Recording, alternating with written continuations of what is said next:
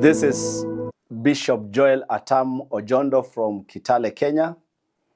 I have come here to reach out with the message of the kingdom of God. I've been invited by my great friend, Bishop Paul Ngarama, who stays here.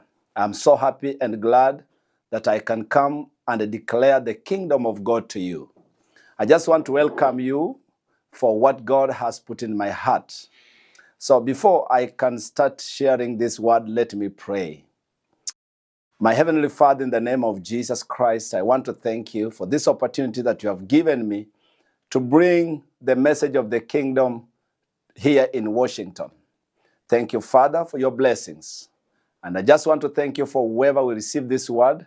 This word may bring change and may set people free. In Jesus' name, amen.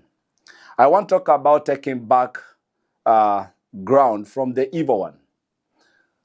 When I talk about taking back the ground, it means you once possessed it and it was taken away by the evil one. I just want to thank God because of Jesus Christ, who came for all of us, that we may be able to live a life that is holy, a life that is fruitful, a life that is full of peace. But the enemy came to destroy what Jesus brought to us.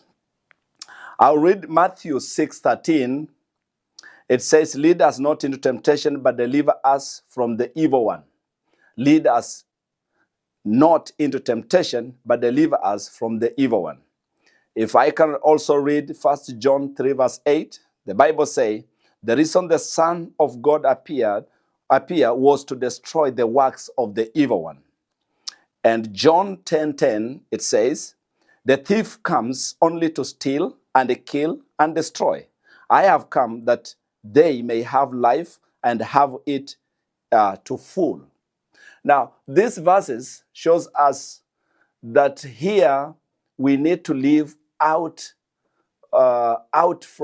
we need to live a life that is out from the powers of the evil one, because his plan to mankind is not good.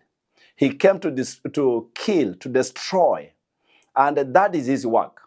But only Jesus Christ came to set us free. There are two things that makes us under his control, and this is sin, and the solution for it is Jesus Christ, who forgives us. When we come to him, he forgives us. And the second thing that the enemy uses to take hold of our lives is strongholds, demonic strongholds. And this one, it is through Jesus Christ who breaks the bondage. And that's why I have come to declare to you today that you need to take back the ground that the enemy has taken. This is the time. We should not wait for tomorrow. It's the time, because Jesus came to set us free. And that's why when we pray, we say, "Lord, do not take us into temptation. Do not allow us to go into temptation, but deliver us from the evil one." His plan is evil and wicked. Jesus came to break the bonds of wickedness and set the captives free. We need to live a life of freedom. There are things that the enemy has brought in our lives, and most Christians think this is just normal. This is a big lie from the enemy, and that's what I call strongholds. Strongholds, when I talk about strongholds, it is a pattern of that sounds logical, but it is not biblical. You know, you can have a certain kind of life that sounds logic, but it is not biblical. It is like you can hear people say, "I'm sick because this is the will of God." It is not the will of God for you to be sick. If it was the will of God, then the word that is written, that through his suffering you are all healed, then that word doesn't have any meaning. So it sounds logic, but it's not the word of God. It's not the will of God. A stronghold is based on a lie. It is based on a lie. It is not based on the truth of the word of God. It is time for us to receive the real word of God and to live a life that has been ordained for us. Dismantling the lie of the enemy behind the stronghold is the beginning of freedom. We have to dismantle all lies that we may be having it, because it is what is taking us captive. But today I've come to you, my brother and my sister, wherever you may be getting this message today.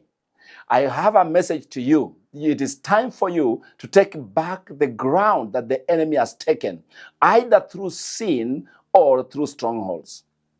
We have, I can read here 2 Corinthians 10, verse 3 and verse number 5. For though we live in the world, we do not wage war as the world does. The weapons we fight with are not the weapons of the world. On the contrary, they have divine power to demolish strongholds. We demolish arguments and the pretension that sets itself against the knowledge of God, and we take captive every thought to make it obedience to Christ. And it says also in John 8, verse number 32, you shall know the truth, and the truth shall set you free. It is time for us to know the truth. It is time for us to live a life that was ordained for us. When Jesus came and died on the cross, he came to set us free and to give us a life that is full of blessing, that we may have peace and we may have righteousness. And that's what we call the kingdom of God. That is what we need. That's why Jesus came. It is not a time for the enemy to take captive of our lives. It is time for us to live above what the enemy has set before us. I want to mention some of the strongholds that has taken people captive until you cannot live to a life that has been set before you. And I want to let you know that Jesus Christ of Nazareth, he came to destroy the works of the evil one. And he made it public. He put the enemy public, as it is written in the book of Colossians chapter 2 and verse number 15. That Jesus dismayed, he disarmed the enemy, and he made him a spectacle. He just publicly announced that the devil had been defeated. He is defeated even today. But he uses these strongholds to take up captive. We have religious strongholds that we need to overcome. We need to overcome witchcraft.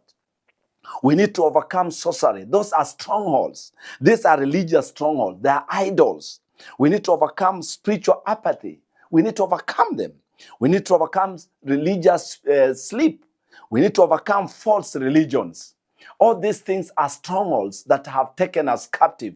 We cannot live to the degree where God wants us to live.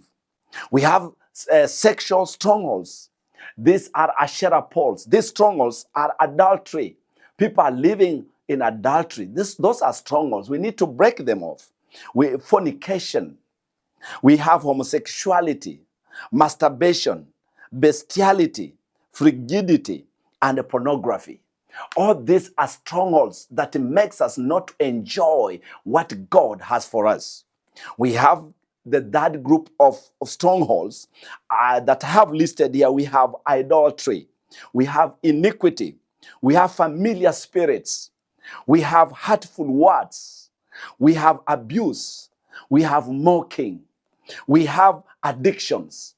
All these are strongholds that we need to take rid from our minds, because these battles they are done in our minds. We need to bring them down so that we may be able to live a life that God has for us. And the last group of strongholds are emotional, mental strongholds. This includes fear, bitterness, anger, suicide, low esteem, and self-hatred. I want to tell you that strongholds are the things that the enemy is using to take us captive. But it is time for us to live above all these things. Jesus came to set us free. He came to give us the right to live as God's children, blessed children, set free, people who are walking with God. Because the purpose why Jesus came, he came that we may live a life that was ordained for us when God created man. God did not create man to suffer. God created man to have dominion. God created you to have dominion, to rule.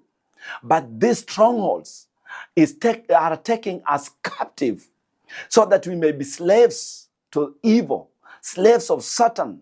And then he attacks us with sickness. He comes to attack us. He attacks our children. He attacks us in every way. But I have come in the name of the Lord Jesus Christ to declare your freedom. It is time to take back the ground. When Jesus died on the cross, he said, "It is finished." What was this that was finished? It is finished to be under the rule of the enemy, to serve the enemy. We were called to live a life that is full of blessing. God wants to make his dwelling in us. God wants to walk in us. He wants to walk with us. He wants to be with us. And that's why he's called Emmanuel, God with us. God with us, Emmanuel. My dear listener, listen. When God is in us, there's nothing that we cannot do. He can make it happen. He can make a way where it seems to be no way. That's why the Apostle Paul said, "Whom shall I fear if God is with me? What can I fear in this world?" I want to tell you, the one who may be going through hard times, until you ask yourself so many questions, why me? It is time. I have come to declare to you, it is time for you to take back the ground. And it is possible. The only one whom you need, it is Jesus. Jesus is the answer for all our questions. It is Jesus who is able to make you go through. It's not a human being, it's Jesus Christ. And he wants you to have a good life. He wants your children to prosper. He wants you to live a life that is peaceful. In the name of Jesus Christ, the devil is a liar. He has been lying from the beginning. He has been lying and making people captive. But in the name of Jesus, this is the time for you to arise up. You just need to arise up. You just need to believe, to trust what was done on the cross. The accomplished work of the cross, that's where the victory begins. Our victory begins when we accept what was done on the cross. Through the cross, all your sins was forgiven. Do not allow the enemy to take you back to the things you did many years ago. You know, the enemy will always take you back to what you did, and he will stop you from rising to your potential. He will stop you from making progress as a child of the Most High. I want to let you know that when you come before him and say, "Jesus, I did it wrong. I did not do the right thing," that moment you enter his presence. The seat that Jesus is sitting on, it is called the mercy seat. He does not count your sin. He does not judge you on the things you did many years. It doesn't matter what you did. What matters is your step to come closer to him and say, "Lord Jesus, I have come to my senses. I have come to my mind. I have come to ask you to have mercy on me and forgive me." That very moment you make this step, there are things that takes place in the spiritual realm. Immediately, the forgiveness is released and you become free. Many times we are captive because of our minds. We are deceived because the enemy comes in our minds, and our minds takes us back to the state we were in. But I want to tell you, that moment, there was a shift, there was a change that took place. My dear listener, I want to tell you, you have all the reason to rise above what you are going through. I have had many people say, I'm suffering because of this curse, that I was cursed, and I need maybe to do so many things to remove it from my life. I want to tell you there's nothing you can do except what Jesus did for you. He paid all the penalty, and he was hanged on the cross that you may be free. You are not under a curse if you believe in Jesus Christ. It doesn't matter what you went through. It doesn't matter what you did. But one thing is that Jesus paid it all. You need to rise above what you are going through because Jesus loves you. I want to pray for you wherever you are today. Take back the ground that the enemy took from you by believing Jesus and trusting in him. If you are there, you are not saved, you can just repeat this short prayer. And if you are sick, I'll be praying for you right away. Can you say, Lord Jesus, come in my life, take over, forgive me and cleanse me. I'm free, and thank you, Jesus. Thank you for occupying my life. I give my life to you. And now let me pray for you. Father, in Jesus' name, I want to pray for my dear listener who has listened to this message today. I pray that let the ground be restored. Let everything that the enemy has taken away be brought back to my sister, to my brother right away. Those who are sick, I declare healing to you. Those that you are struggling, may you be set free now. In Jesus' name. God bless you. On Sunday, I'll be preaching at St. Matthew's Anglican Church at Lookwood. The address is 8421 Meadow Road, Southwest, Lakewood, Washington, 98499. God bless you. Amen.